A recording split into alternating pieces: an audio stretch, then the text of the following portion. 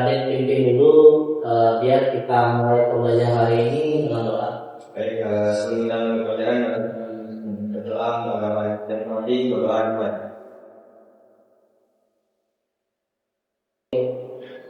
Hari ini kita kembali melanjutkan pembelajaran kita pada mata kuliah fisika dasar.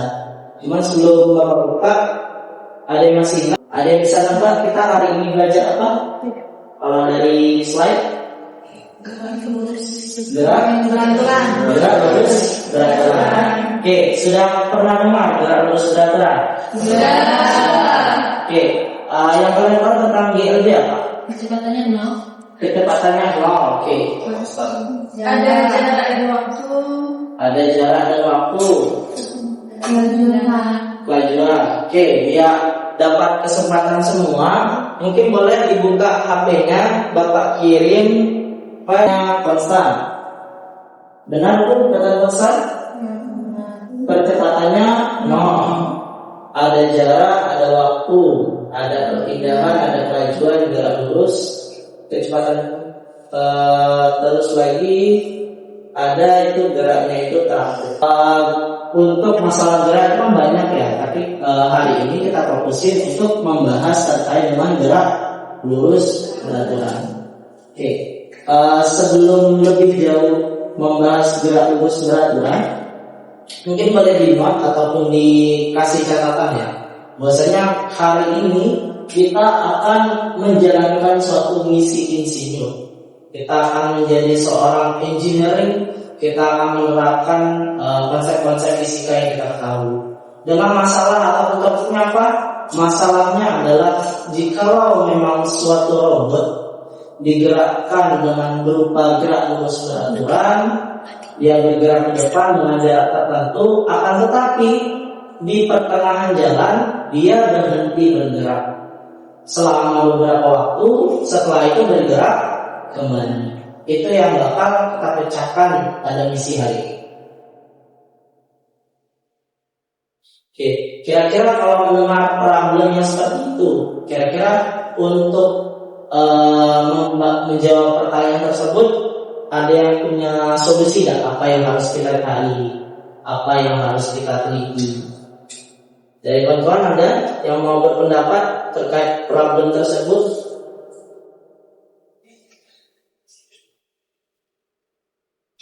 Ya, bagaimana caranya problem yang tadi kita itu dapat menyelesaikan problem tersebut gitu. Nah, dalam mengukur jaraknya, kecepatannya. Soalnya kan kalau kita tahu gerak lurus beraturannya kan ya gerak lurus kecepatan konstan. Tapi kalau kita tahu itu gimana?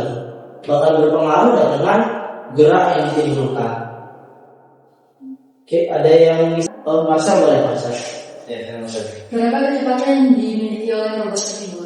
Kecepatan yang dimiliki oleh robot tersebut. Oke, kita sudah dapat 3 poin masalah. Tadi terkait dengan panjang lintasan, terkait dengan waktu, juga terkait dengan kecepatan untuk mengupas masalah dari gerak lurus beraturan. Oke, berangkat dari sana mungkin sebelum kita melakukan suatu percobaan, ada yang bisa menebak dulu nanti hasilnya seperti apa dari masalah itu. Ada yang mau menyampaikan hipotesisnya? Satu di mana? Ya Pak. Oke, boleh nih. Jika robot bergerak dengan kecepatan konstan, maka asal jarak yang ditempuh dapat dihitung dengan mengalikan kecepatan dengan waktu bergerak tanpa memperhatikan waktu sampai. Oke, jadi fokus kita adalah pada saat benda itu bergerak, sementara pada saat benda atau robot itu berhenti tidak diperhitungkan. Oke, itu bakal kita bahas lebih jauh.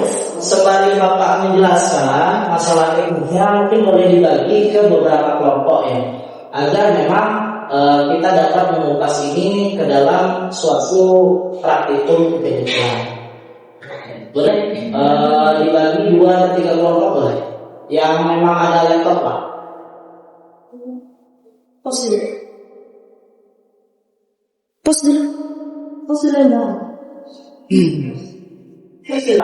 Di mana itu nanti ada identifikasi masalah, nanti kalian tulis dulu hipotesisnya, terus nanti alur percobaannya sama misi belajarnya.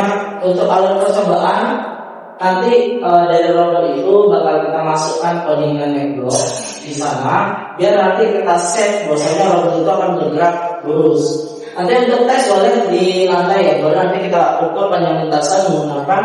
Oke, gimana deh?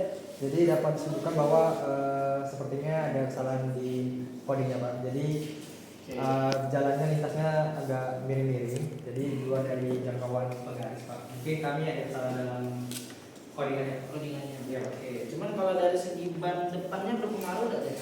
Kiranya menurut saya juga berpengaruh karena mungkin tadi ada miring-miring juga, mungkin bisa diperbaiki juga di ban Pak. Oke. Cuman kalau dari segi dasar pergerakan dari robotnya udah benar? Sudah benar Pak, karena udah namanya kan lurus ya Pak. Ya. Udah lurus lah. Ada jeda enggak? Ada Pak, 1 detik Pak. Oke, sesuai dengan masalah kita. Sesuai. Ini recordingnya mundur. Ini ternyata kita ke bawah. Coba maju tuh jadi mundur. Ini di set yang ini dulu. Dan nanti pas di Di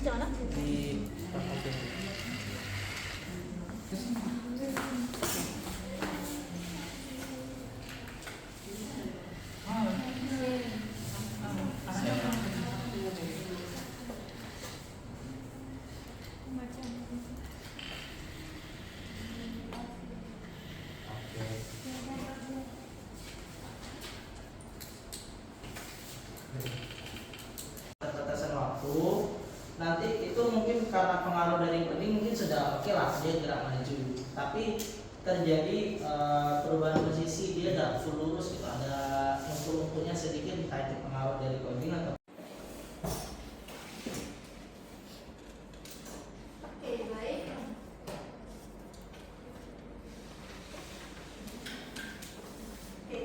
berdasarkan kesimpulan dari kelompok kami, di mana dalam percobaan ini jarak yang ditempuh robot selalu sesuai dengan perhitungan rumus.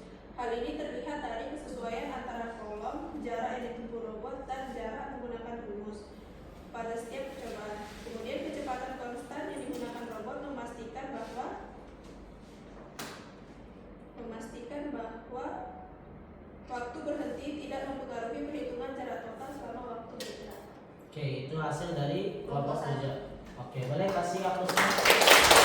Bingung ataupun kurang paham boleh ditanyakan. Ada yang mau bertanya? Oke, Tamara silakan. Oke, saya bertanya Bapak, tadi kan kita sudah belajar tentang problem. Jadi apa sih keunggulan dari pembelajaran problem ini untuk materi ini? Oke, baik. Silakan duduk, boleh Tamara. Oke, pertanyaan luar biasa ya dari Tamara tadi bertanya terkait dengan manfaat ataupun keunggulan dalam penggunaan Roblox dalam pembelajaran, khususnya pembelajaran gerak lurus peraturan.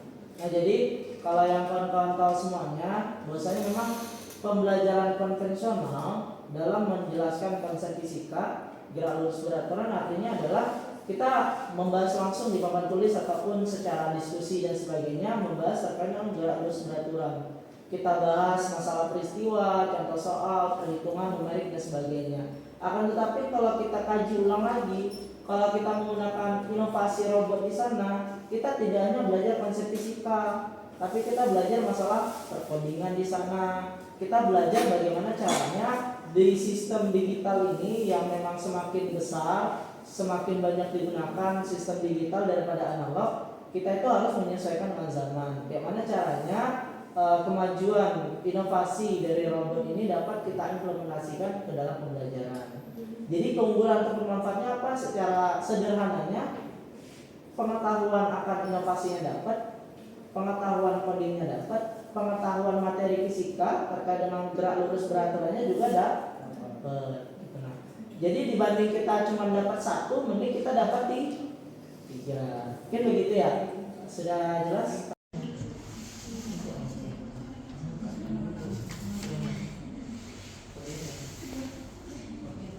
Oke, boleh langsung dimulai ya untuk mengerjakan dari Y-ground ataupun quizisnya.